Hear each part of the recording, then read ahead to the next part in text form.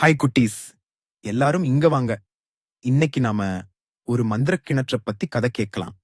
ஒரு அடர்ந்த காட்டுக்குள்ள யாரும் அவ்வளவா போகாத ஒரு மூலையில ஒரு அழகான கிணறு இருந்துச்சு. அது சாதாரண கிணறு இல்ல, ஒரு மந்திர கிணறு. சுத்தி பச்சை பசேல்னு செடிகளும் கலர் கலரா பூக்களும் இருந்துச்சு.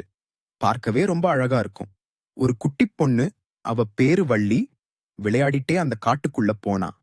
அப்போ தூரத்துல அவளுக்கு அந்த வினோதமான கிணறு தெரிஞ்சது. புதுசா இருக்கேன்னு கிட்ட போய் பார்த்தா. வள்ளி எட்டிப் பார்த்ததும் ஆச்சரியப்பட்டா. கிணற்றுக்குள்ள நிறைய மீன்கள் நீந்திட்டு இருந்துச்சு.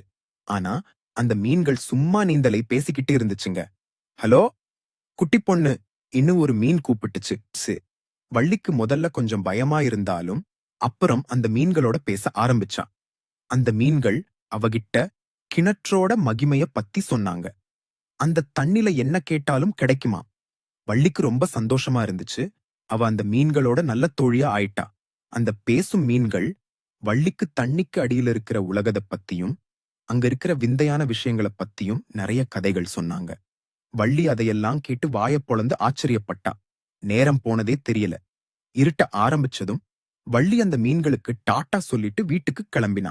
அவ மனசு முழுக்க அந்த மந்திரக் கிணறும் பேசும் மீன்களும் நிறைஞ்சு இருந்துச்சு. குழந்தைகளா, மந்திரம்னா ரொம்ப ஆச்சரியமா இருக்குல்ல.